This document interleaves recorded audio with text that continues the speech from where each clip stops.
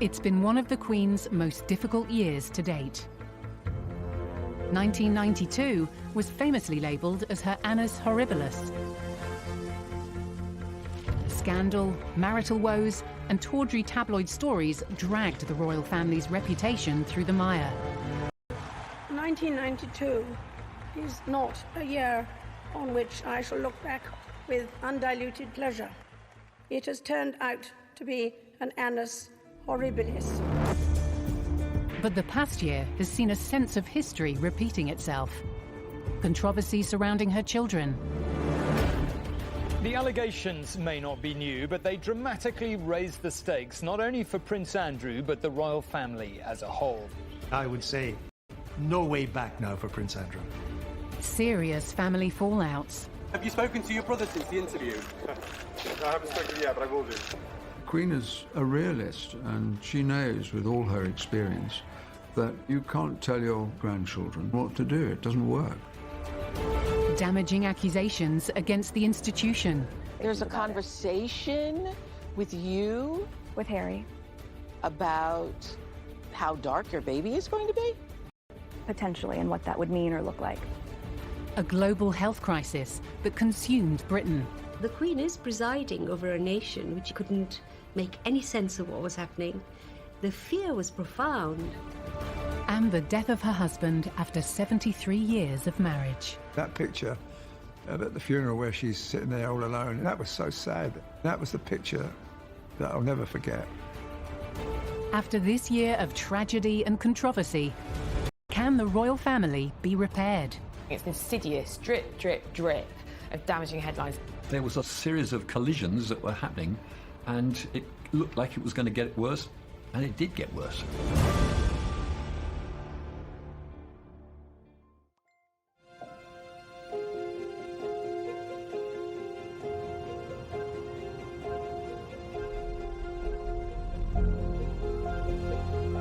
As the country saw in the new year, there was little cause for celebration. I think the mood in New Year's Day 2021 was pretty miserable, because by then the pandemic had been with us for almost a year. And at that time it was getting worse, not better. People were wondering, when are we ever going to get out of this? When will normality ever return? It was not a happy time in Britain. We couldn't make any... A recorded 77,000 people in the UK had lost their lives to the coronavirus pandemic, many of them elderly.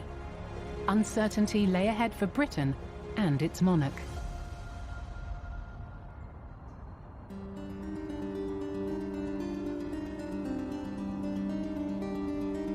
When the Queen woke up on New Year's Day in 2021, I don't think the Queen, like any of us, would have been particularly hopeful of change, because we were still in the thick of that particular winter wave. Britain felt like quite a dark place. COVID rates were rising again. People were really starting to struggle with yet another lockdown. Things were very tough, and it was no different for members of the royal family. It did not pass people's attention that the Queen and her husband were in the most vulnerable group of the lot. And I think that made a lot of people worried and uncomfortable. The Queen was 94. Considerable concern for her safety. Terribly important to protect the Queen. If we'd lost the head of state in the middle of this, that would have been an absolute disaster. Keeping the Queen protected from coronavirus was of paramount importance. If the Queen had had COVID unvaccinated, there was a very high likelihood that it would have killed her. Since the start of the pandemic, the Queen had been isolating at Windsor Castle with her husband, Prince Philip. Like the rest of the country, she spent the festive period away from her family. The Queen was acutely aware that they would be accused of abject hypocrisy if they felt that they were above the rules. She leads from the top. You know, if everyone else's Christmas is ruined, so is mine.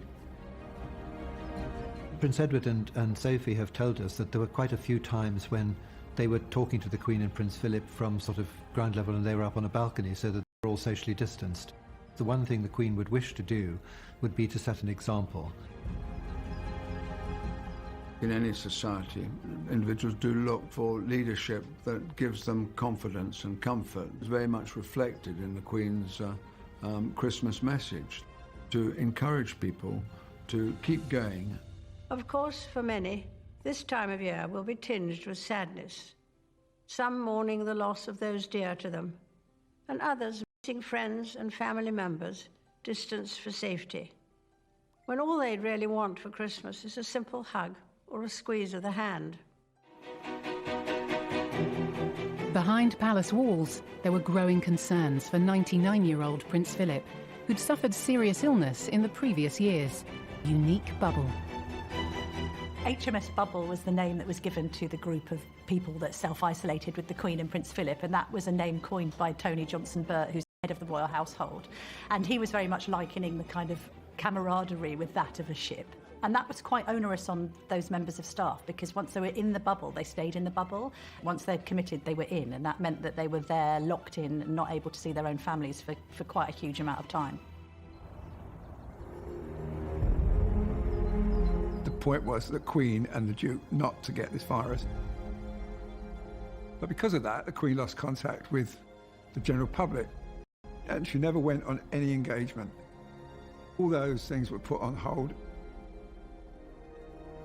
The Queen feels that she's got a job to do. It was frustrating not to be able to do her job in the normal way and to get out and to meet people. Isolated at Windsor, the Queen had plenty to occupy her thoughts. Not least among them, the growing schisms in the family, which were about to get worse.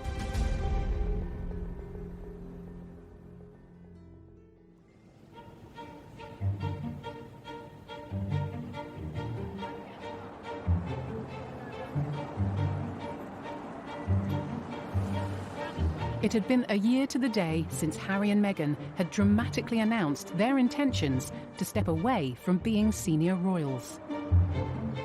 The announcement by Harry and Meghan that they were withdrawing was obviously an intensely personal family moment for the Queen.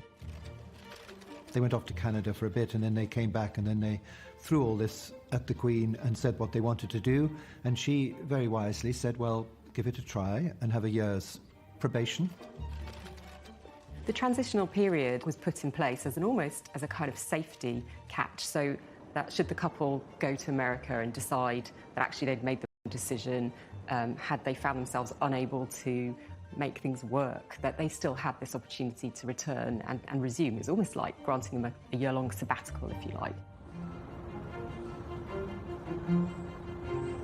Now the year was almost up, and face-to-face discussions between Harry, Meghan and the Queen were said to be planned. As I understand it, Harry thought that having had this year's grace period for everyone to kind of cool down after the emotion and heat and fire of the Sandringham summit, now everything was kind of a bit calmer. Harry was going to come over to the UK to talk to the Queen and courtiers face-to-face to try and thrash this out. But a ban on non-essential travel threatened to put talks. I think it was also a terrible time from the Queen's point of view, given how unwell Prince Philip was and the difficulty she was going through, being isolated in Windsor, trying to lead the nation as best as she could. It's been a huge disappointment to the Queen, and I don't think she really understands why it was necessary or why it was done. With the transitional year ending, the Queen now faced difficult questions about the Sussexes' future. She sticks to her decisions, so if things go wrong, she never turns around and says, well, who advised me to do that? But very much is aware that she had the final say on what should be done in a certain situation. There was this concern that they were going to set up shop in direct competition in the US, and that would have proved difficult. So on one hand, the Queen had the pressure on her to kind of preserve the institution of monarchy, while also trying to preserve her own familial relations with her beloved grandson. I don't think either side emerged from it terribly well. There was a sort of series of collisions that were happening, and it looked like it was going to get worse, and it did get worse. But Harry and Meghan's departure from royal life wasn't all the Queen was dealing with. Behind closed doors, the health of Prince Philip her rock for so many years was deteriorating. Since he retired in 2017, there had been concerns about Prince Philip's health. The idea of a 99-year-old man going into hospital is always a worry. Those who saw Prince Philip leave hospital and return to Windsor could see that he was a very sick man.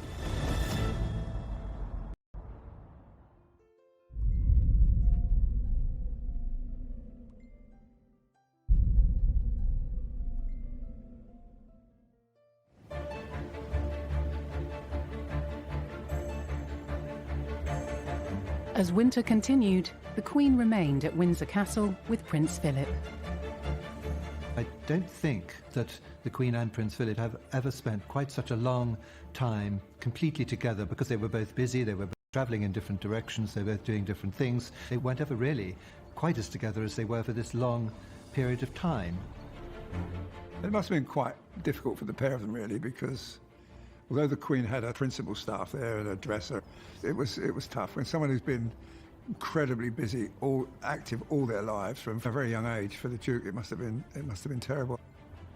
He needed always to be busy, and he couldn't do the things that he loves. In the end, it was probably the Queen comforting him.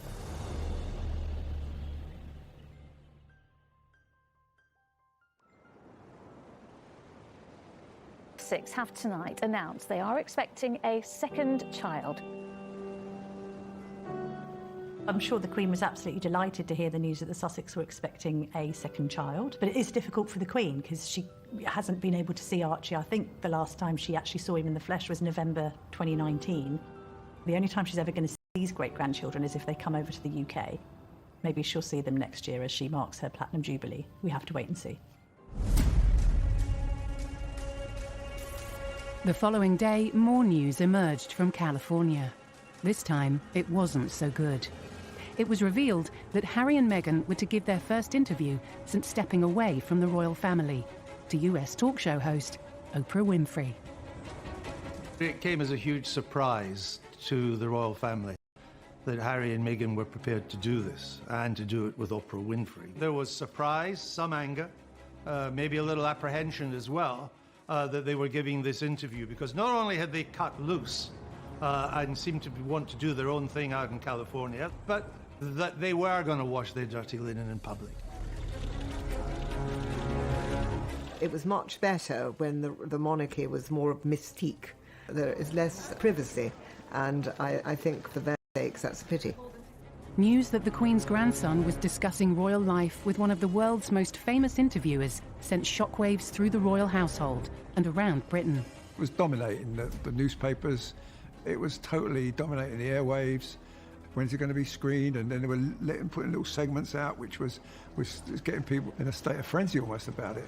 To say there were misgivings in the palace would be an understatement. Harry and Meghan had already privately aired a lot of their grievances. So when this sit-down with Oprah was announced, the palace probably knew what was coming, and it wasn't going to be pretty.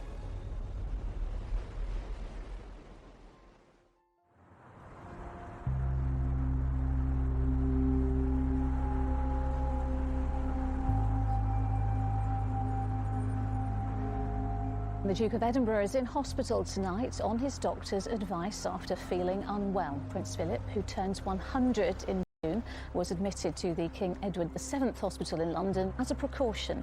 In a statement this afternoon, Buckingham Palace said he is expected to stay there for a few days and is in good spirits. When he first went into hospital, of course, alarm bells started ringing. It was all just a really difficult and uncertain period.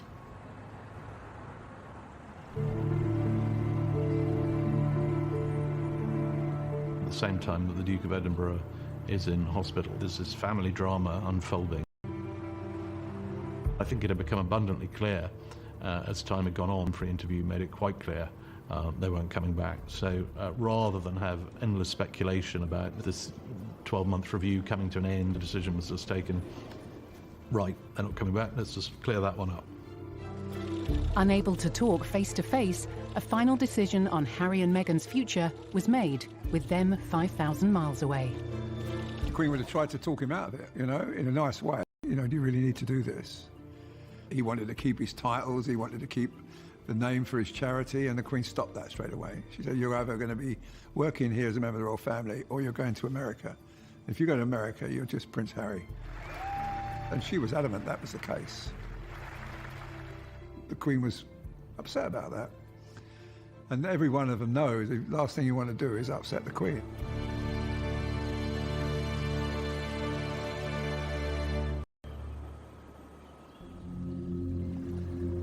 The Queen had taken difficult decisions in putting the monarchy before her family.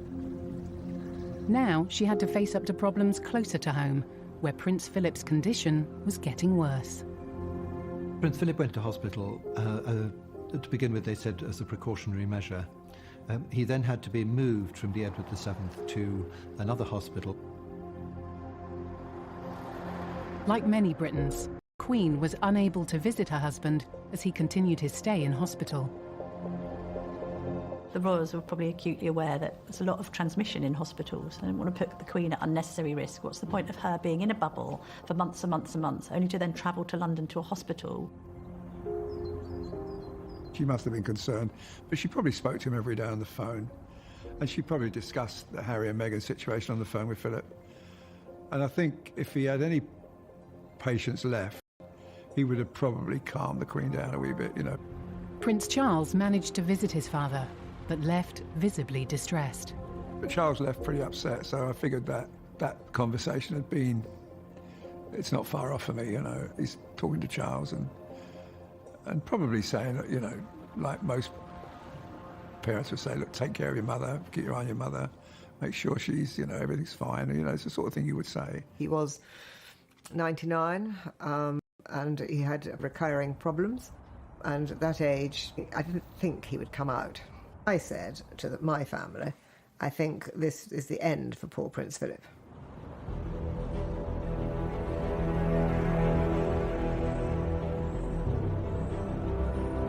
If Buckingham Palace thought the era of explosive tell-all interviews was all over, then it was wrong. The Duke and Duchess's interview with Oprah Winfrey clearly laid out the accusations. This is a image of this country abroad, with accusations of racism and neglect now levelled against it. How much damage has been done? Clearly, the court, the advisors to the Queen, the royal family, were braced for not a great interview. But I think even they didn't appreciate just how bad it was going to be in terms of the claims that Harry and Meghan were making. The biggest and most incendiary claim was obviously the suggestion that a royal, as unnamed even now, was racist or racist about the skin tone of their future children. There is a conversation. Hold up. There's Stop several right now. There are several conversations. There's a about conversation with you, with Harry, about how dark your baby is going to be? Potentially, and what that would mean or look like. It was quite uncomfortable to think that possibly there might be somebody in the family who didn't understand the insensitivity of what Meghan was alleging. That, you know, it definitely cast a very big shadow over the royal family, and because of the lack of precision about the allegation, it was quite difficult to disprove it. The couple also said Meghan suffered from severe mental health problems, that she was suicidal, and that they didn't get help from the palace powers that be. From the palace's perspective, they've literally thrown a grenade into the centre of the House of Windsor, and the royals are having to pick through the wreckage. Any personal crisis, any familial crisis for the Queen is an institutional crisis, because the family is the institution is the family. These claims were massively damaging, because effectively Harry was saying there's something rotten within the institution. The Queen is the institution. He said that I needed to go somewhere to get help. I said that I've never felt this way before, and I need to go somewhere. And I was told that I couldn't, that it wouldn't be good for the institution.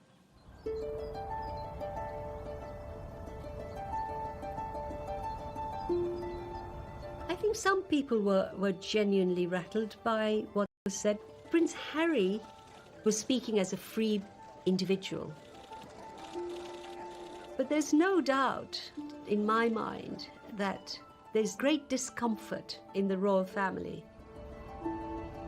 The difficulty arises is once you start communicating publicly and other issues come in about things that might have gone wrong in different parts of your life. All these things can be dealt with, but they're best dealt with in a private and discreet way. It had a very polarising effect. everyone was sort of more entrenched in whatever position they happened to be beforehand. And in the middle, you would have had, the royal family and the Queen just thinking, this is just very sad. The allegations of racism risked harming the Queen's relationship with the Commonwealth, which she'd been head of since 1952. The Commonwealth, it remains one of the most extraordinary multinational groupings in the world today.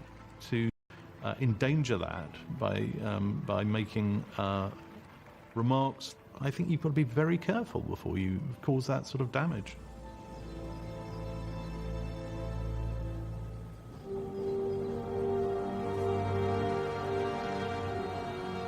The Queen has tonight addressed some of the huge issues raised in the Duke and Duchess of Sussex's explosive TV interview. More than 24 hours since it first aired in the United States, a statement was finally released on the Queen's behalf. With such huge allegations aimed at the monarchy, the Queen decided to respond. We all face our difficulties within families. We would very much prefer that it was private. And I think one very good thing was that Buckingham Palace, I thought, put out an extremely sensible statement saying any difficulties of this sort we will pursue in private. And I think that's the right thing to do. The response, when it did come, really did divide opinion. Obviously, this had thrown up huge debate across the UK, and people, were rightly concerned at any suggestion that the royal family were racist. The Queen's response was to the point, and she said that, well, they were saddened to hear about the extent of the issues they'd suffered. Some recollections may vary.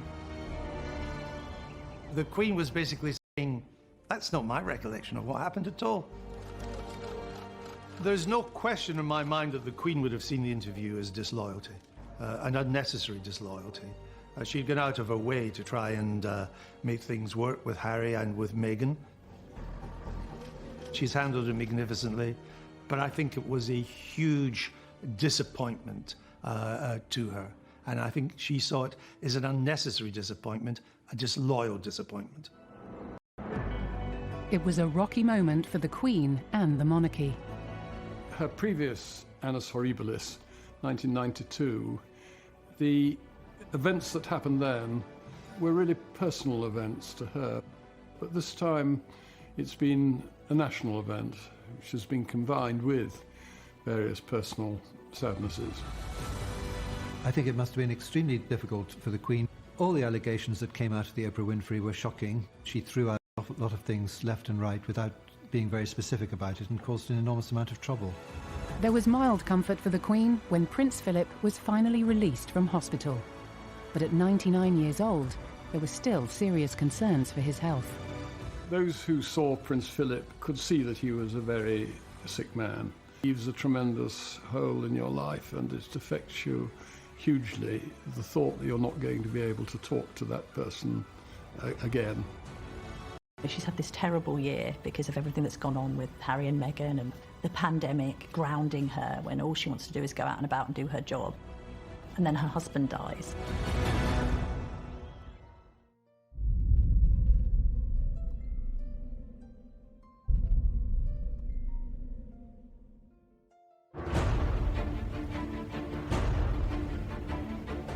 The Queen had endured a terrible start to 2021. The COVID pandemic was still crippling Britain. Accusations against Prince Andrew refused to go away. Duke of York scandal kind of continued throughout the whole of the pandemic. Efforts are being made to try and rehabilitate his image, but the pandemic has put all that on hold.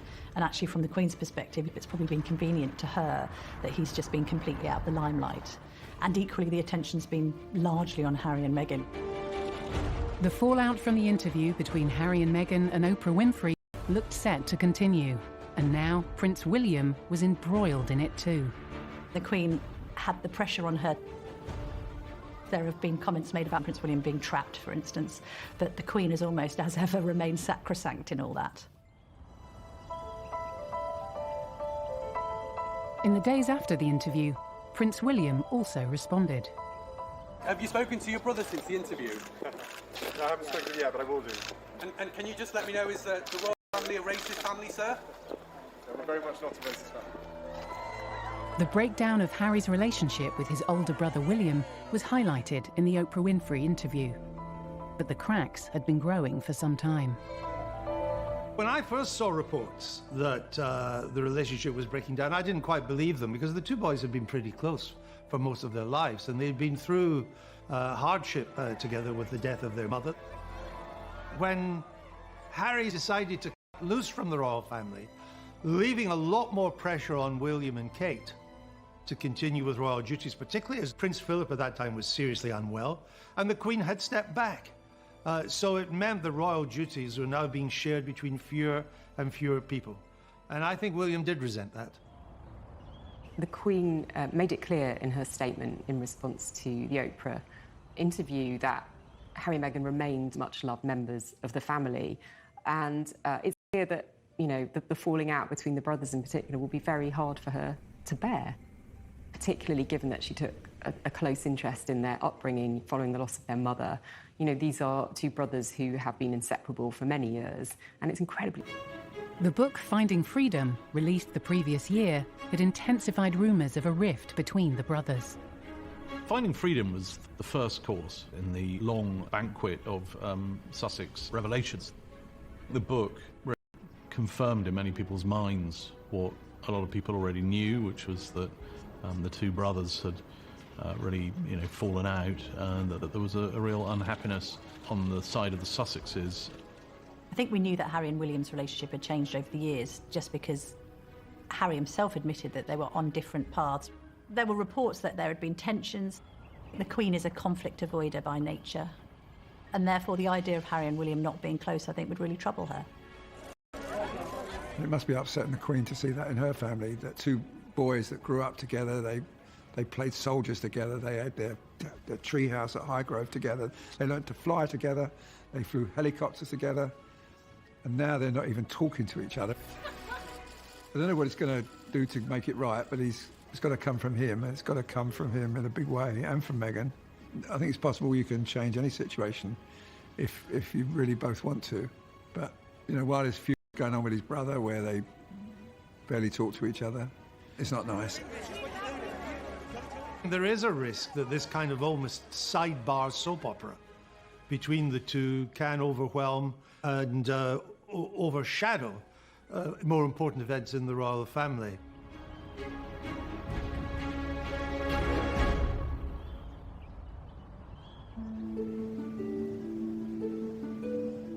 Now, when Prince Philip went into hospital on the 16th of February, it was, we were told, out of an abundance of caution. Tonight, on the 16th of March, he is finally back home with the Queen at Windsor. He left hospital in central London by car after 28 nights. Quite a lot has happened during that time. I'm so glad that he got back from the hospital. I think that was very important to him because he had a very strong sense of history. His mother and his grandmother were both born in Windsor Castle, and he and the Queen loved Windsor Castle, and that, I'm sure, will have been a great comfort to the Queen. But shortly after Prince Philip's release from hospital, the Queen suffered the worst heartache of her reign. She's had this terrible year because of everything that's gone on with Harry and Meghan. The pandemic grounding her when all she wants to do is go out and about and do her job. And then her husband dies.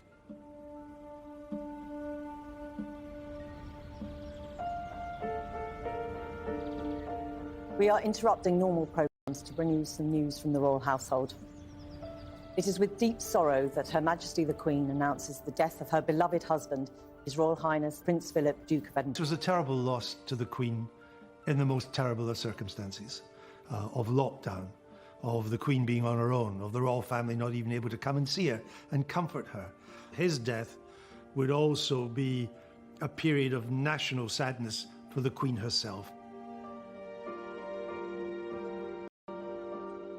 At 99, he had a great innings. Very fit man, kept himself fit, kept his brain active. But he'd gone and she was now on her own. She loved that man. Oh, God. What a romance, what a life. She's always had Philip by her side, who's supported her ideas and what she's wanted to do. Prince It was the backbone to the family because he kept control and he gave sound advice. He was always there for them. They could all go to him. I mean, I think he was very broad-minded and he was a great fun and he could say it how it was. She's quite shy by nature, and I think that combination of character worked very well. They made a great team.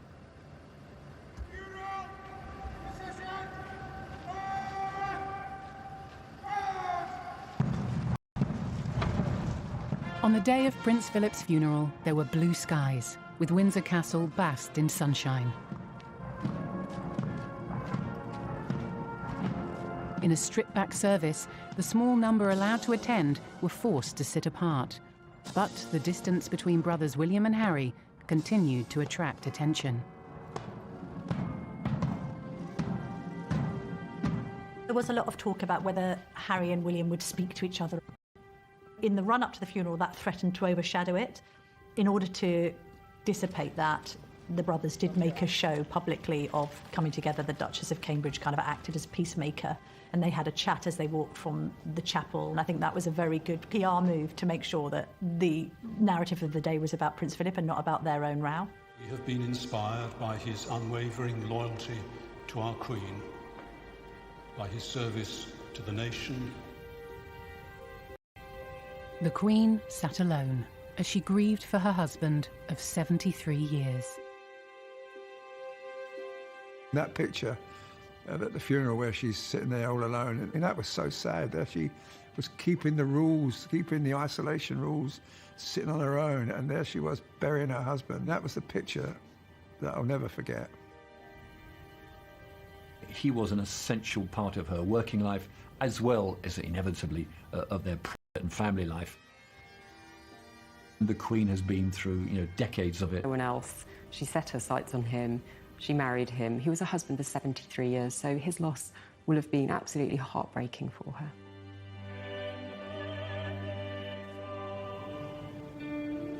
The Queen now had to get used to life without Prince Philip, but things were not about to get any easier. More problems continued to surface as her terrible year went from bad to worse. An official inquiry dredged up a particularly difficult incident from the royal family's past.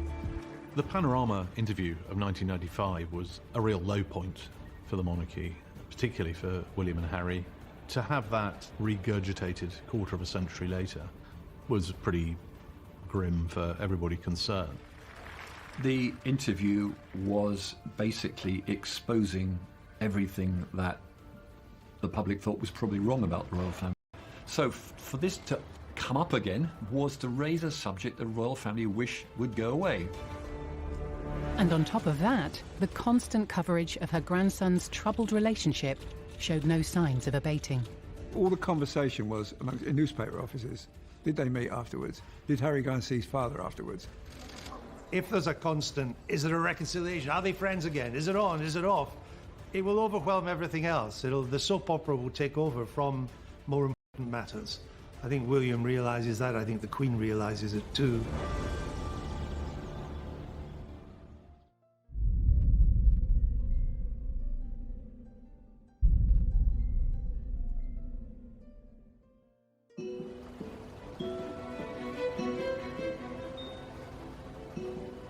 As spring drew to a close, the Queen was coming to terms with one of the worst years of her entire reign. She's lost her husband. She's lost the solid figure in her life since she was almost a teenager. She's been in isolation so much that she can't meet her people, which she loves to do. She can't meet her family, which she loves to do as well. The scale of the crisis we've been through is so huge. It's put more on the Queen's shoulders, I would say, than any previous crisis.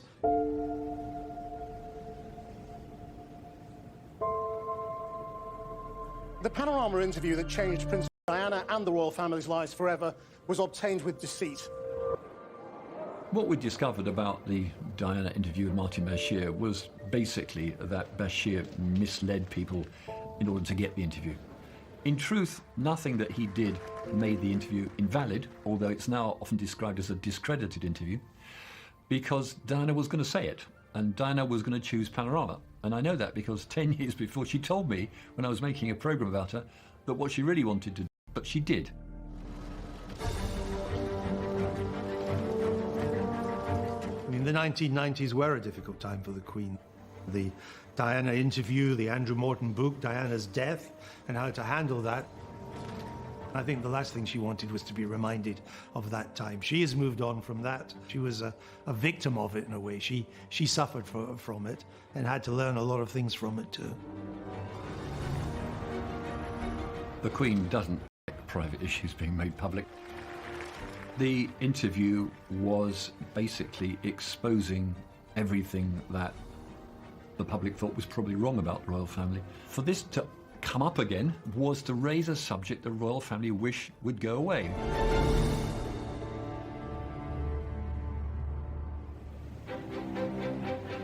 In response to the findings, Martin Bashir apologised for using forged documents and said that it was an action he deeply regretted. Bashir added that he believed the forgery had no bearing whatsoever on the personal choice by Princess Diana to take part in the interview.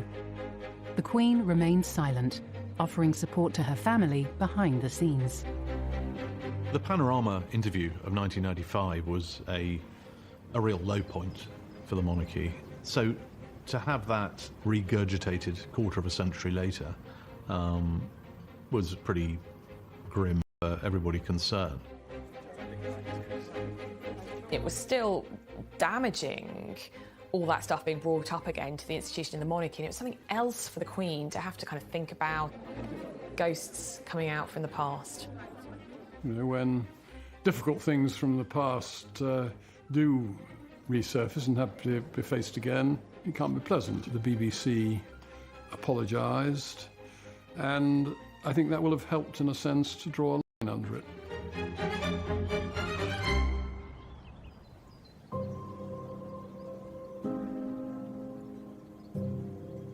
On a sunny Saturday afternoon in the grounds of Windsor Castle, the Queen officially celebrated her 95th birthday in a scaled-back Trooping the Colour service. But what should have been a day for celebration was overshadowed by a notable absentee. Prince Andrew did not attend, as rumours and allegations continued to follow him. Prince Andrew is a bit of a tragedy. It needn't have been that way. He should have seen the writing was on the wall in mixing with Jeffrey Epstein long before he realised he couldn't do it. Prince Andrew's friendship with Jeffrey Epstein had been repeatedly questioned after the business tycoon was convicted in 2008 for procuring a person under the age of 18 for prostitution. With this man, long after the scandal had broken, now, would you carry on seeing the man in public? Would you go to his house in New York? That's the problem. He still stayed in contact even though after the guy had been in jail for the most horrendous of crimes. Allegations of sexual assault were first made against Prince Andrew by Virginia Giuffre in 2015, but the claim was dismissed and struck from court. After Epstein was arrested again for sexual offences in 2019, the allegations against Prince Andrew were made public. His position is that he doesn't even remember meeting her. But of course, it is really serious reputational damage, and there's nothing that the Queen can do. It is damaging for the Queen professionally in the institution which she represents. The press began to ask more and more questions. The American authorities were asking more and more questions. At some point, somebody inside the palace, and it looks to be pretty much around Prince Andrew himself and his close advisors, decided it was time to face it out and to actually go out there and answer the questions. In order to clarify the ongoing scandal, Prince Andrew had spoken exclusively with BBC Newsnight's Emily Maitlis. Now, you could argue, in a normal situation, that was actually an honest and good thing to do. That is not the way it turned out. It was truly dreadful. On that particular day that we now understand that is the date, which is the 10th of March, I was at home. I was with the children. I'd taken Beatrice to a Pizza Express in Woking. Why would you remember that so specifically? Why would you remember a Pizza Express birthday and being at home? Because going to Pizza Express in Woking is an unusual thing for me to do.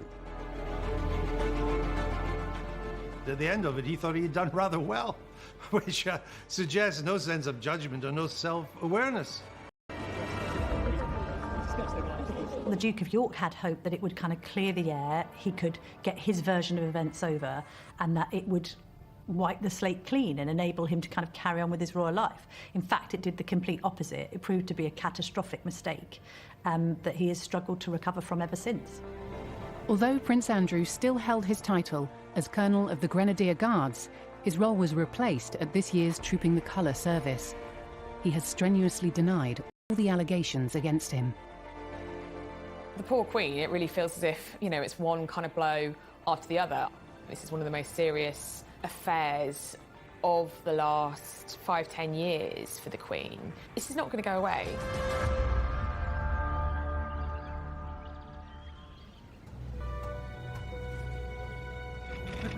On what would have been Diana's 60th birthday, William and Harry came together in a rare meeting to unveil a statue of their mother at Kensington Palace.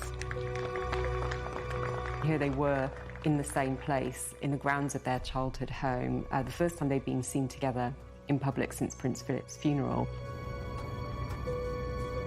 Again, the media was dominated by reports of the pair's difficult relationship.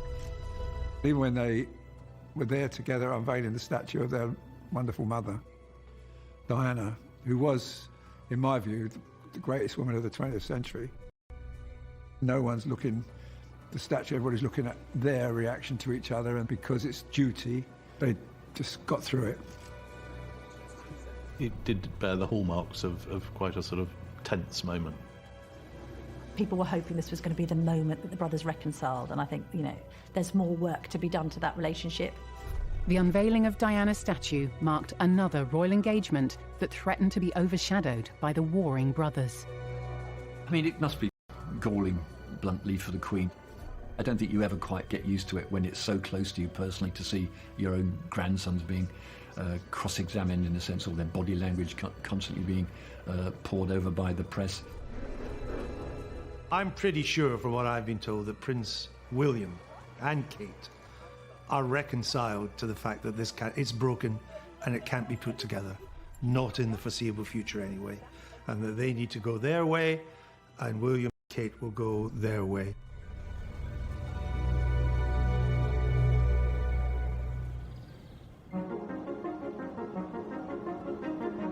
After 16 months of lockdowns and limitations, summer finally saw an end to most coronavirus restrictions in the UK. Spirits lifted and temperatures soared. At midnight, nearly all remaining restrictions were lifted, including an end to social distancing rules.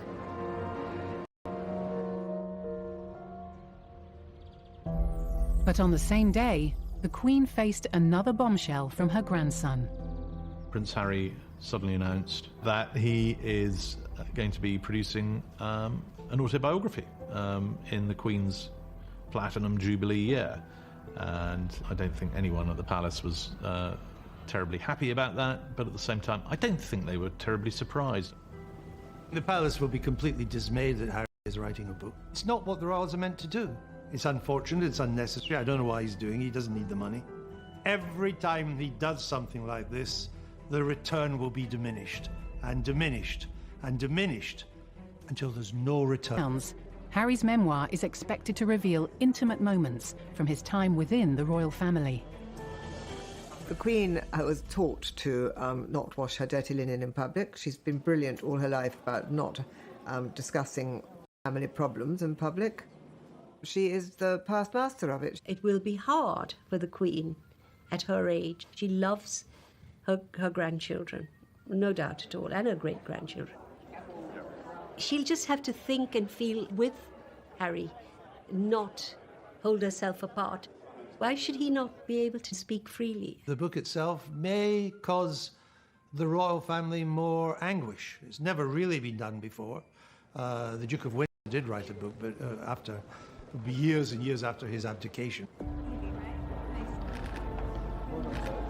Harry's gone down a road from which there is no good ending, because every book will have to be more sensational than the last. It's almost like he's still settling scores. So much depends for the royal family now on how Harry decides to proceed. And to put it bluntly, has he run out of ammo? Has he got things he still wants to get off his chest? There's a phrase about autobiographies being the perfect vehicle for telling the truth about other people, not necessarily the person writing it. It's an account from his perspective. The royals will be hoping that he doesn't stick the knife in. We'll have to just wait and see. It had been a tumultuous year, and as summer progressed, the Queen's family continued to attract headlines that were threatening to damage the reputation of the monarchy. She's reigned for very nearly 70 years, and she's been an extremely good queen. And if some of the others can't shape up and get on with it, that is to some extent their problem. How the Queen deals with that is she deals with it in private, and I'm sure that's the effective way to do it. But more controversy lay ahead for the Queen as the scandal surrounding Prince Andrew continued. Prince Andrew was due to go up to Balmoral on holiday with the Queen and Sarah Ferguson. So I suspect her courtiers may be trying to work out how best to contain damage limitation. Prince Andrew must be ruining the day he ever met and entertained Jeffrey Epstein. This is again casting a huge shadow over the royal family. The Queen obviously is a loving mother. She'll be incredibly concerned about this. But there's no getting away from the very serious nature of these allegations.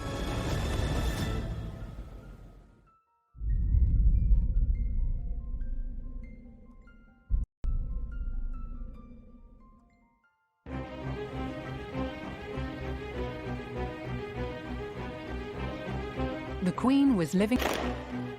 This year, we've had everybody huddled in their homes every day, her included. And then at the end, when it starts to pick up and the vaccine's here, she loses Philip. That's pretty tough. The Queen's talked about her annus horribilis in the past, and I think that this year is up there alongside that. It's been incredibly difficult. It's been a sort of endless stream of challenges, and set against the backdrop of the pandemic, it's a lot for her to go through. At the end of July, the Queen travelled to Balmoral for her annual visit. It was the first time she'd holidayed there without husband Prince Philip. But shortly after she arrived, the Queen was met with more controversy.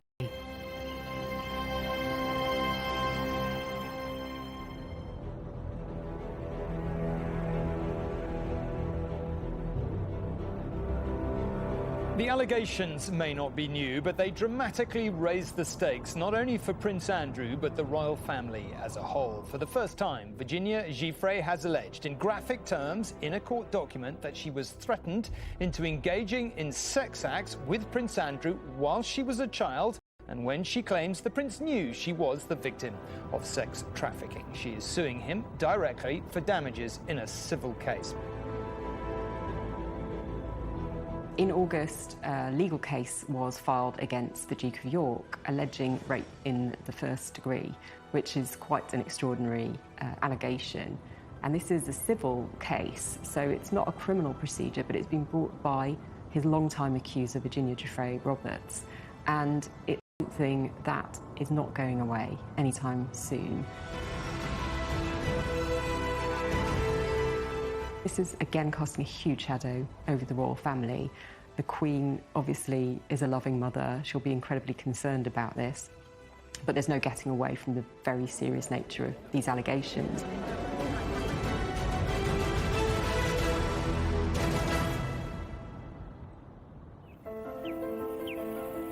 The day after the court documents were revealed, Andrew arrived at Balmoral, cutting short the Queen's summer holiday for crisis talks. Just at the point the Queen thought she might have a break from the difficulties in Balmoral, one of her favourite places in the world, this legal case will have sparked huge concerns again. These are incredibly damaging allegations for Prince Andrew and for the wider royal family. It's extremely difficult for the Queen. I feel very sorry that the Queen has had to deal with the crises of enjoying all the good things. Prince Andrew has always denied the accusations against him, but the ongoing scandal could have a serious impact on the future of the monarchy. It's an insidious drip, drip, drip of damaging headlines. I can't think of any other time that a member of the royal family has ever been accused of a crime, much less something so serious as this. We have to assume that he's innocent, as he said. But just the slinging of that mud, very serious mud, threatens the reputation and the standing of the monarchy. This is one of the most damaging things the Queen has faced in her reign. It's another drama, but so far he's not been charged with anything, so it's all alleged, and let's see what happens. But the Queen is still her son, and, you know, she's his mother, and she will never, ever abandon him. Andrew's been through a bad time, but not one member of the royal family has said anything about Prince Andrew. Whatever they might be saying private, it will be private and never get out. I don't really think he can ever recover. And that saddens the Queen too. That's another disappointment for the Queen, because she was always rather fond of Prince Andrew. I would say no way back now for Prince Andrew. The Queen has faced countless tragedies and controversies throughout her reign. But after this terrible year, many are asking, can the royal family bounce back?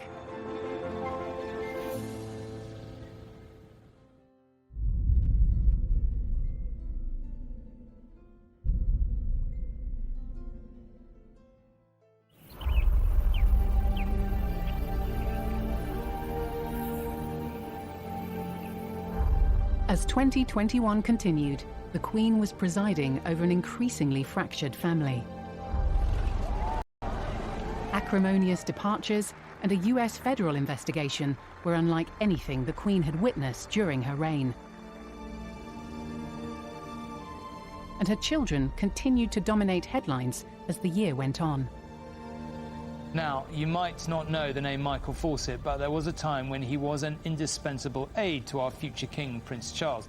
Today, both men were reported to the police over cash for honours allegations.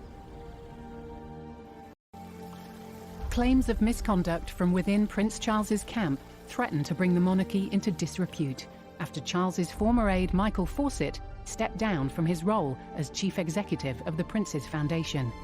It followed claims that Fawcett helped secure a CBE for one of the charity's donors. Did you secure honours for cash? Any comment on the revelations in newspapers the last couple of days, sir?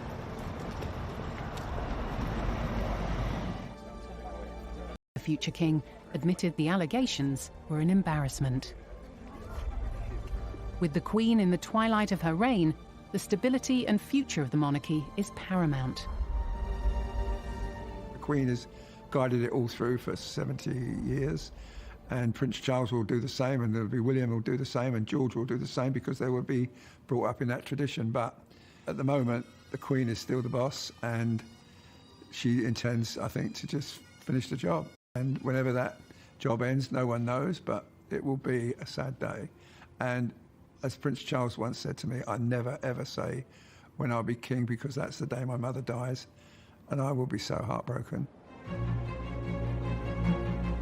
As a preliminary trial hearing approached in the US, Prince Andrew returned to the Queen at Balmoral. Debate continued as to whether or not the Duke of York should be allowed to keep his military titles. While he continues to hold some military associations, even though they're in abeyance, questions are being asked about it, especially given that Prince Harry has lost his. She should have excluded him from not just public life, from his position in the palaces, right? She didn't do that. Surely that was something she should have been seen to do. Shortly after Andrew arrived back in Scotland, reports surfaced that he'd been served with legal papers. But the Duke of York's representatives claimed the documents had not been successfully delivered by Virginia Giuffre's team. There were some farcical scenes with her lawyers going to Royal Lodge in Windsor and literally trying to serve the papers on Andrew himself. But of course he wasn't there. He was up in Balmoral with the Queen. Lawyers representing Prince Andrew and Virginia Giuffre clashed in a pre-trial conference call in New York. Dispute continued over the legal papers being served, and a judge set a second hearing for January next year. He's yet to publicly respond this time around. While he has vehemently denied the allegations in the past, clearly he's being advised at the moment not to speak out. Whether he gives evidence remains to be seen, but this is not going anywhere fast.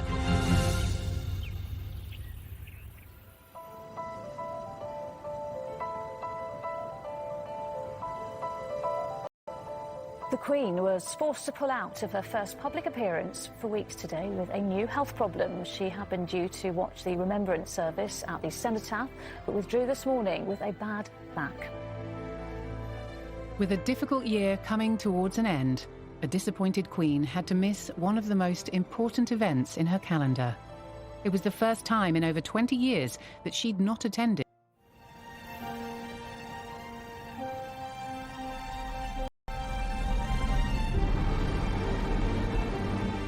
In November 1992, the sight of Windsor Castle in flames summed up a year described by the Queen as her annus horribilis.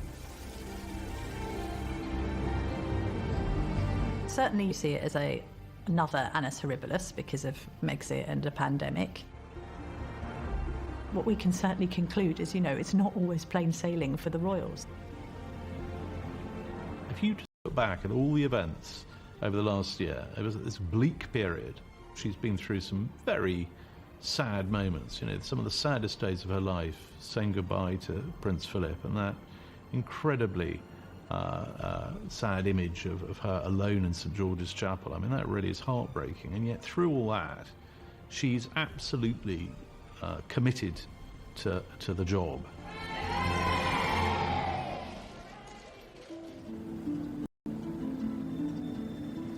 "2021 has been a particularly difficult year, but I think that the way in which the Queen has led us and the way that she's handled it, she's been a role model, as she always is, and I think that that will have deepened the respect and affection that the nation feel for her."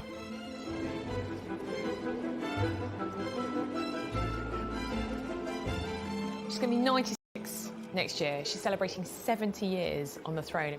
It should be a celebration of every brilliant bit of her reign, but actually when you look at the monarchy in its current state at the moment, it's fragmented, the family's divided, and there are these very serious problems. And I feel really sorry for the Queen because she's worked so hard. She's always put duty above everything. I just hope that there's a period of stability and calm, and so that she can celebrate her Platinum Jubilee with a bang.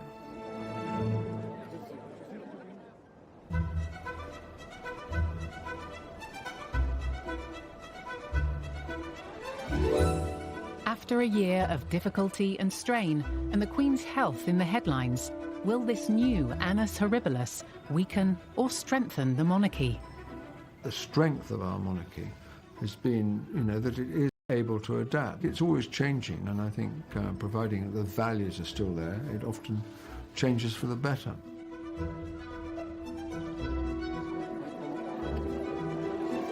In the past year, the Queen has lost her husband. She's got a grandson who's semi-detached, but that, in a sense, I think the respect for her is stronger than ever, and I think that the future of the royal family is probably more secured as a result of the way he has steered us through these difficult months.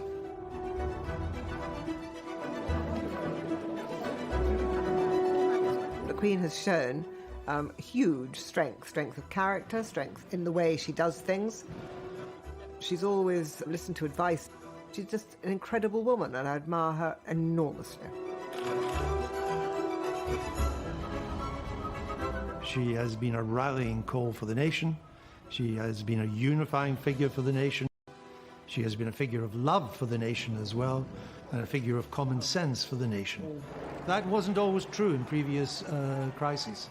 This time she's come through with flying colours.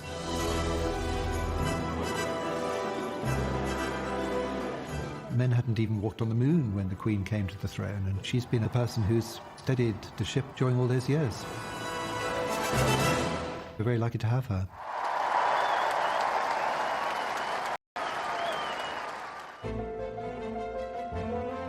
Our royal in the spotlight next Saturday is the Queen's naughty little sister, Princess Margaret, who certainly raised a few real eyebrows. A Scandalous Affair is brand new at 8:40. Next tonight, we all love great entertainment on the telly, but better still when it all goes Pete Tong. When Saturday night TV goes horribly wrong after the break.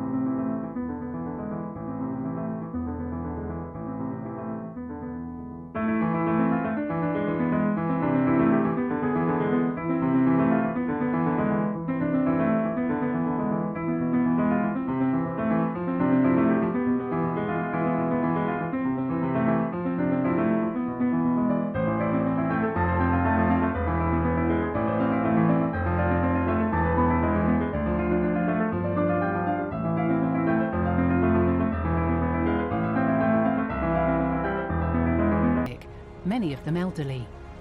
Uncertainty lay ahead for Britain and its monarch.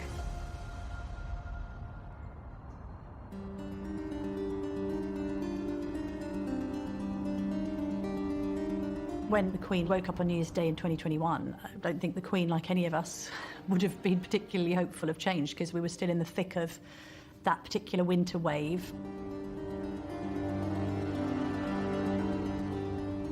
Britain felt like quite a dark place. COVID rates were rising again. People were really starting to struggle with yet another lockdown. Things were very tough, and it was no different for members of the royal family. It did not pass people's attention that the Queen and her husband were in the most vulnerable group of the lot. And I think that made a lot of people worried and uncomfortable. The Queen was 94. Considerable concern for her